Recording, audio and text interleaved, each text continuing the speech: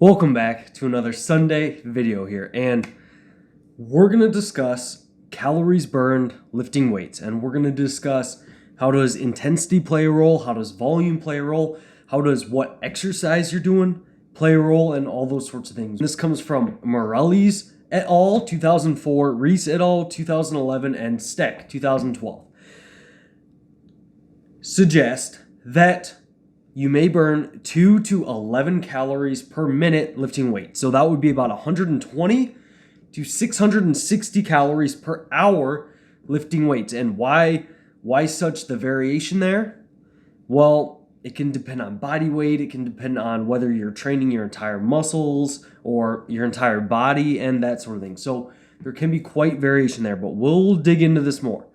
Now, off the top of your head, you might think, well, that could be quite a bit. But it's important to still consider that, hey, just sleeping at night burns like 60 to 70 calories an hour for most people, like the average body weight person. And going on an hour-long walk, depending on body weight and intensity, that can burn about 250 to 350 calories per hour. So when you compare it to those, it's like, man, does lifting weights really burn that many calories? Well, it doesn't seem like it does, but we'll look into a study a little bit more here. We'll look at how many calories you burn post-exercise and that sort of thing, all right? So there was a study by JOAO, WOAO, 2019, and they compared training intensity and how that influences how many calories you burn, all right? And their findings. So one of their findings was that there's not really significant difference in calories burned when you compare a circuit style training compared to more traditional. That was one of their findings. Additionally, in their study, they reviewed some other studies, and they mentioned one study by Hunter et al. In 2003 that suggests that doing 25% of your 1 rep max with super slow kind of cadence compared to 70% with a more traditional approach, they averaged about 150 calories burned in the session of more traditional and about 107 in the super slow. So it seems like there might be kind of a baseline intensity that might be important for burning a little bit more calories. All right? And then Reese et al. In 2017 compared training with 12% 1 rep max, 16%, 20%, and 24%. And basically their data suggests that there was a significant increase in calories burned that scaled with intensity. So up until 24%, you saw increases in calories burned. So it seems as though at lower intensities, you can burn more calories by literally lifting heavier relatively, all right? Now, comparing studies that look at more, and you guys like that Christmas tree in the background? It's getting Christmassy as shit in here, and I really enjoy it. I'm a sucker for Christmas and holidays and that sort of thing. But Caesar et al., 2013, they compared 90% of someone's 1 rep max. They did 8 exercises, 3 sets, 5 reps. That took 78 minutes. Compared to 50% of someone's 1 rep max, but they still did 8 exercises, 3 sets, about 20 reps, and that took 48 minutes.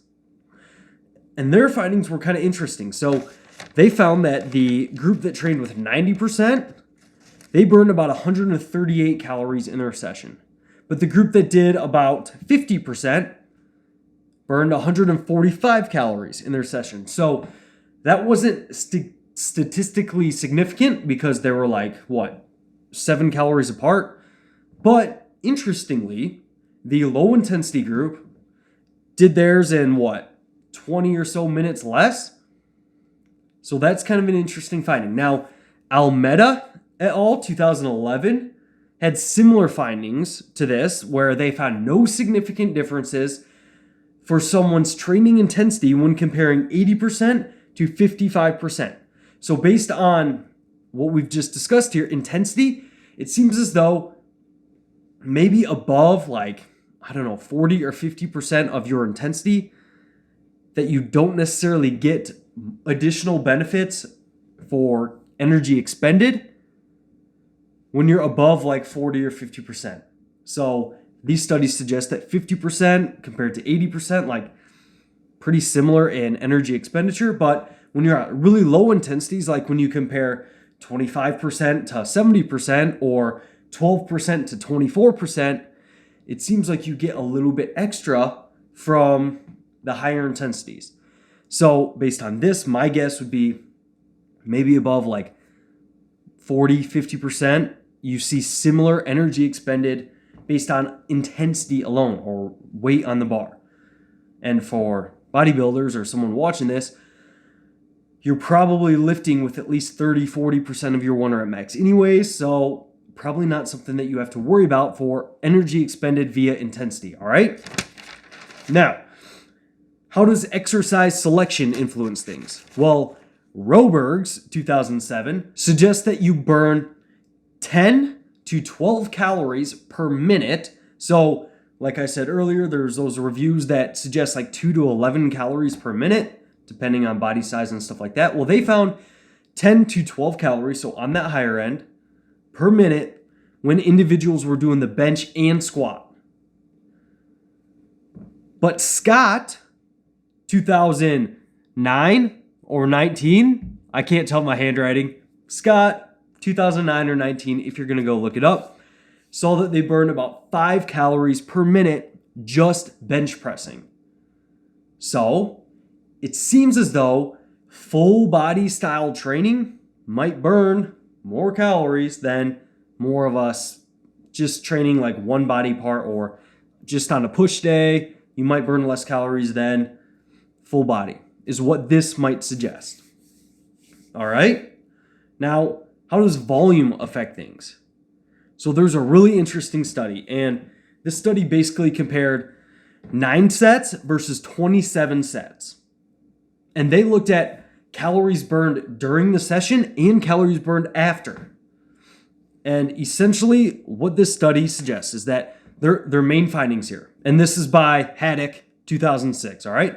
And their main findings was that the 9-set group, they did 9 exercises and just 1 set of each. In that group, that took about 25 minutes. But the group that did 3 sets for those 9 exercises, so 27 total sets, that took about 66 minutes.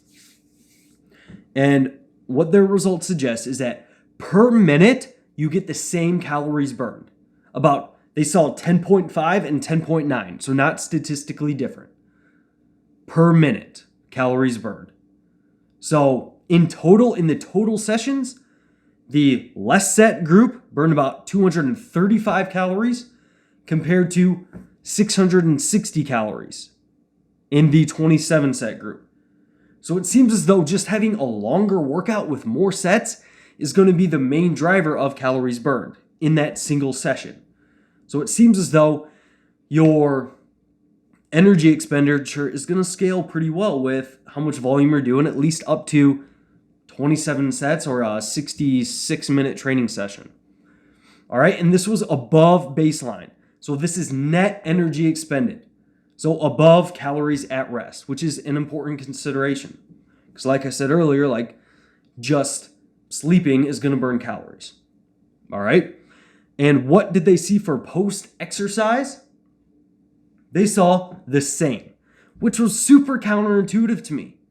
I would have totally expected, hey, a higher volume workout, that's going to be more of a stress on the body, more stress for you to recover from. There's going to be more recovery processes, like that little shake, more recovery processes going on there, so probably burn more energy.